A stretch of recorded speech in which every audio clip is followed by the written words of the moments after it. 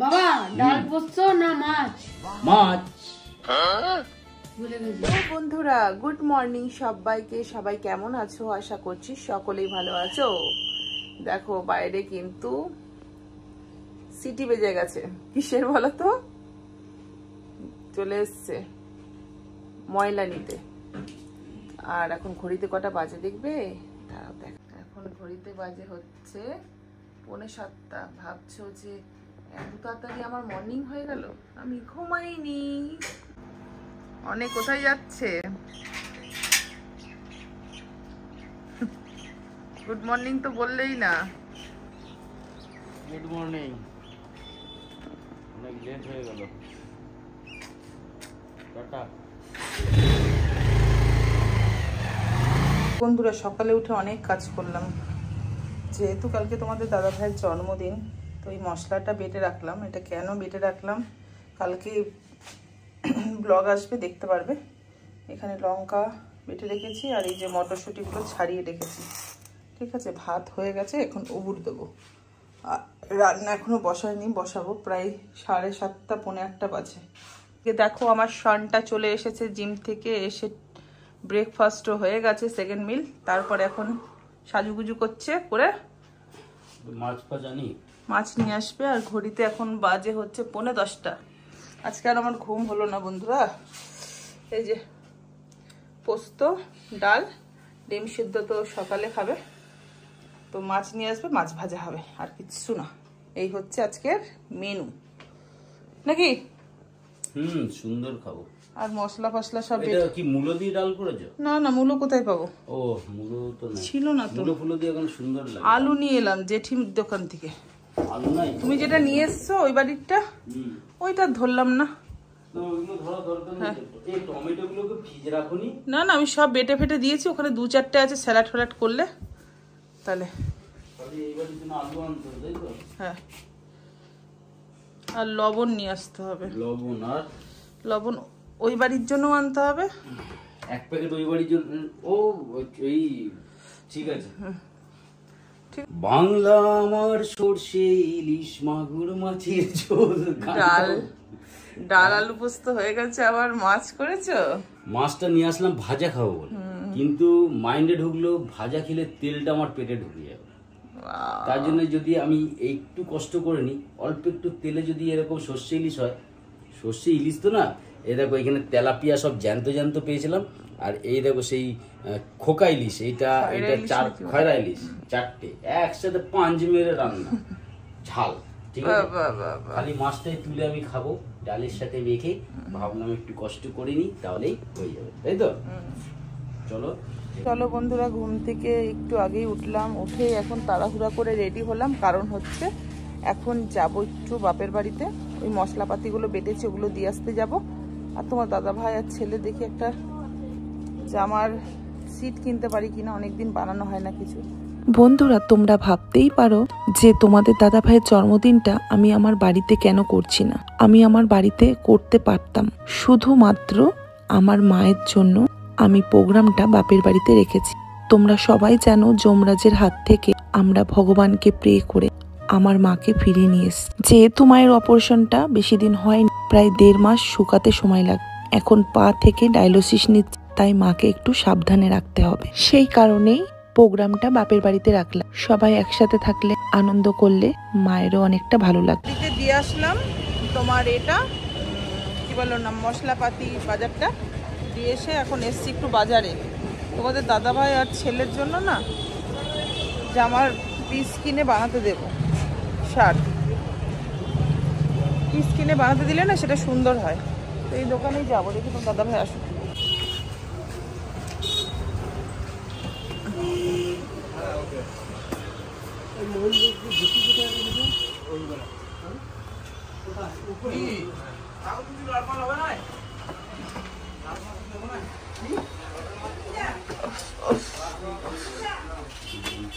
চলো চলে এসেছি।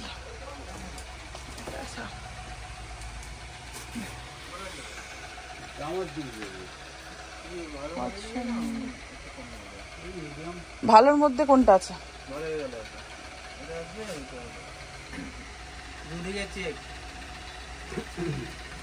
তার থেকে বেশি ভালো নিতে গেলে ওইদিকে। কোনটা?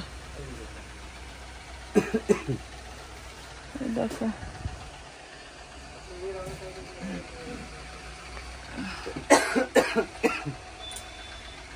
করো পছন্দ, দেখো কি কালার নেবে? ছেলের জন্য দেখো। ছেলের তো নিচ্ছি, তুমি কোনটা নেবে সেটা ভাবো। এটা একটু বের করে দেখি।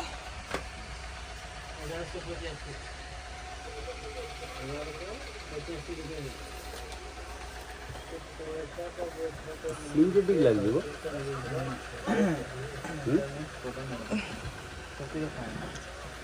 ওগুলো পরে আরাম। ঘরে গিয়ে আর দেখাবো না, এটা ছেলের জন্য নিলাম, এটা দাদার জন্য নিলাম। আর আমার পছন্দ ছিল তোমরা কমেন্ট করে বলবে তো এটা ভালো না এটা ভালো। এটাই ভালো। ওটা তো কম দাম, ভালো হবে। কোথায় বিল কোথায়? নিচে। চলো চলো চলো চলো চলো এখান থেকে একটা সায়া নেব।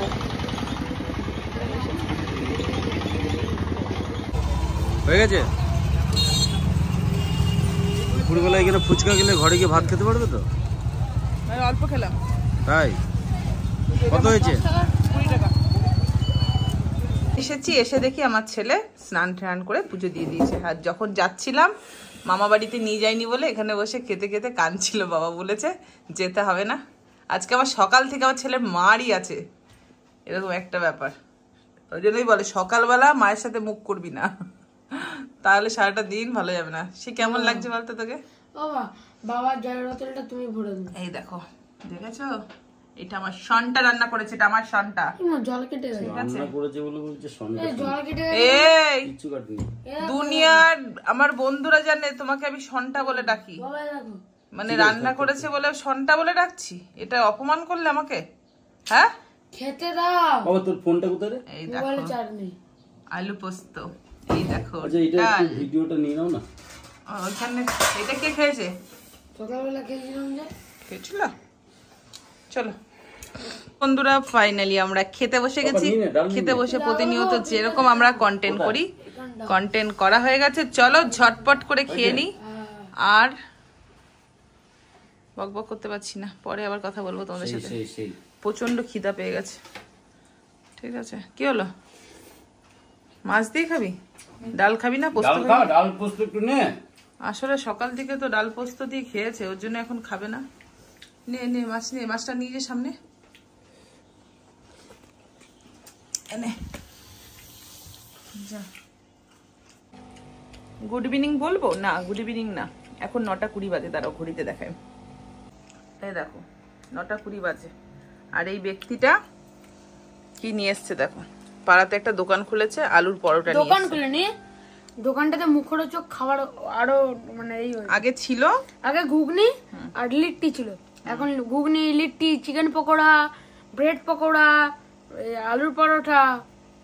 ব্যাস এইবার আমার ছেলেকে হয়ে গেল। এবার আর কে দেখে? এইবার আমার পয়সাগুলোকে বসে বসে নষ্ট করবে, আর কিছু না। খাবারটাকে নষ্ট করা। বাবা এটা তো বাবার স্টাইল দিলি, দেখি কিরকম। এটা তো তোর বাবা করে। বাবার ছেলে বাবার মতো হবে না তো কার মতো না? ঠিক। ঠিক এখন বাজে কটা বলো তো?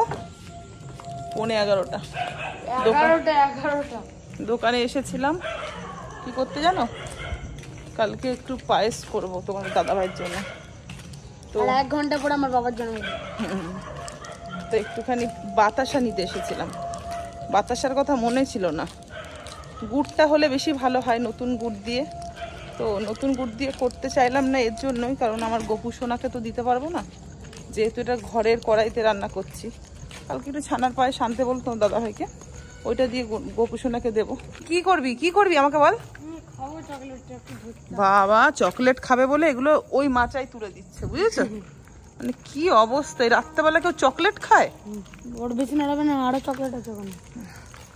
চলো একে আসতে বলেছিলাম যে আমি মোবাইলে ছাড়বো, তুই একটু আয়। তখন আওয়াজ শুনলাম, ওই দেখো ভয়তে পাড়ার কুকুর চলে আসে।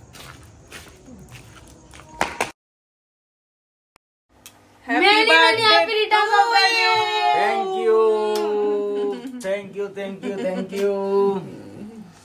চলো আজকে দিনটা এটাই কামনা করি যেন তোমার সব আকাঙ্ক্ষা ভগবান পূর্ণ করে দেয়। আচ্ছা, ঠিক আছে, তারপরে একটা দিন কমে গেল। চলো বন্ধুরা, আজকের মতো গুড নাইট। কালকে নতুন একটা সুন্দর ব্লগে দেখা হচ্ছে।